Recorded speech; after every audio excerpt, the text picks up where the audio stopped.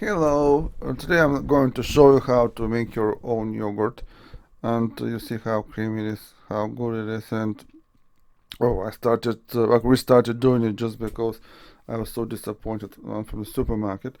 So first I boil milk. That's 4 pints, 2.2 liters. You need to boil it to get it to this stage and then turn it off. It shouldn't be less than that, otherwise it will separate in the yogurt. It won't work well. So at that stage I just leave it to cool down to take about an hour. If you keep the lid on, to take more, but then you won't have anything on top. So the temperature needs to get below 45 degrees Celsius, then it's good. Even if it gets to 20, still alright. But you see here 38 or so. Then I will add yogurt from the previous batch, and it will be about 2 tablespoons per ready jar. So for this amount of milk, 2.2 liters, I'm using 10 tablespoons or half of my yogurt pot jar or whatever it is here to use this to introduce the bacteria, right? So you'll see later on I'm going to use this jar to fill it in again. I'll just remove the remaining yogurt from it. So you don't really need a blender for this.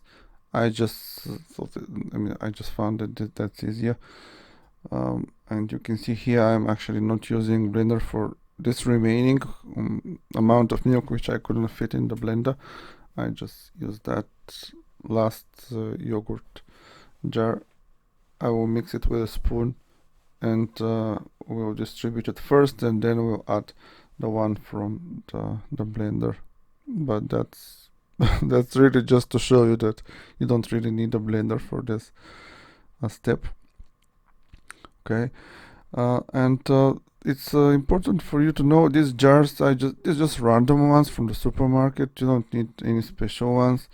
And I tried to select taller, so I can fit more later on when I put them in a bowl of water, in a pot of water to incubate. You're going to see it.